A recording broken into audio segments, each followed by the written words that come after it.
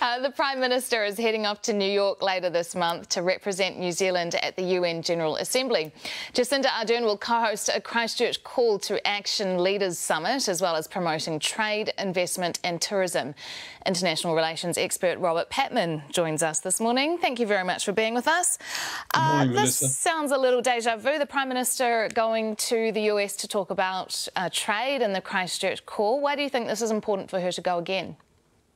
I think this is going to the UN General Assembly is a much wider audience, and I think the Prime Minister is conscious that in the world we're living in, small and middle powers have a much greater role to play. Many of the problems confronting states, big and small, do not respect borders, and that gives opportunity for smaller players to play their role. And of course, the Prime Minister's international standing is very high, particularly after the way she handled the Christchurch terror atrocity and the initiative of the Christchurch Call. And I think she wants to make sure that they can get more support for this initiative. More than 55 countries have signed up to the Christchurch Call, but it will be good to get more. What do you think her main goal will be over there? Who do you think are the world leaders that she would like to get alongside, and what are the conversations you think she'll be wanting to have? Well, I think apart from the Christchurch Call, intensifying the campaign of curbing online extremism, I think the Prime Minister will want to emphasise New Zealand's commitment to the international rules-based system, which has come under strain with the Russian invasion in the Ukraine, and also China's tacit support for that invasion.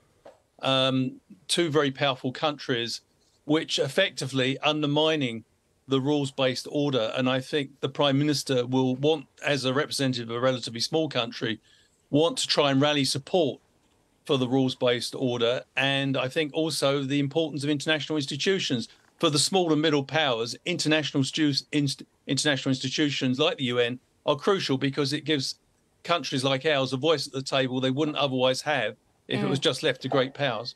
Will this conversation around online extremism be a focus too, would it be fair to say, for Minister Andrew Little, who is setting off to visit the capitals of our Five Eyes partners?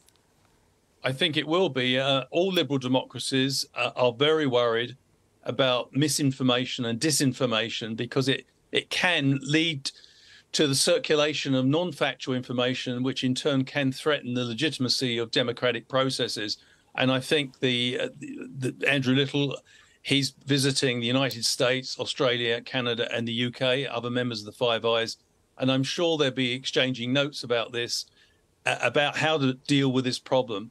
And I think the other thing is that Andrew Little will want to also exchange conversations and notes about the current troubled geopolitical situation and what to do.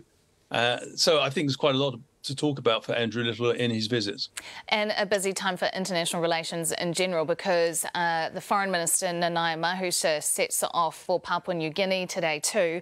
Now, the Foreign Affairs Minister there, who had been quite, had a pro-China stance, has actually been demoted. Does this bode well for our relations and Australia's relations with Papua New Guinea? Yes, Nanaia Mahuta's visit to Papua New Guinea follows a visit by Penny Wong last week. And the leader, the Prime Minister of Papua New Guinea, Peter Marape, has already said that he's open to a security agreement, a new security agreement with both Australia and New Zealand. So we could be included as part of that security agreement. And yes, the new government has made it quite clear it doesn't want a security agreement with China. It does want good economic relations with them, but this new government led by Mr. Marape have made it quite clear they do not want a security agreement. So some interesting times ahead for both the Prime Minister and the Foreign Minister at the moment. What would be the benefit to New Zealand of a security agreement there? Well, I think it would just boost there is a sense that China put quite a lot of pressure on Papua New Guinea to sign up to this economic and security package that the Chinese foreign minister was trying to persuade Pacific countries to sign up to. And I think the Pacific and associated regions are very important to New Zealand. And I think it may help New Zealand and Australia coordinate their policies better than they have in the past. And I think all the indications are they've got their act together on that front. And probably the best way of resisting Chinese influence is responding to the needs of the countries in the region, such as Papua New Guinea. International relations expert Robert Patman, thanks for sharing your expertise and thanks for joining us on AM this morning.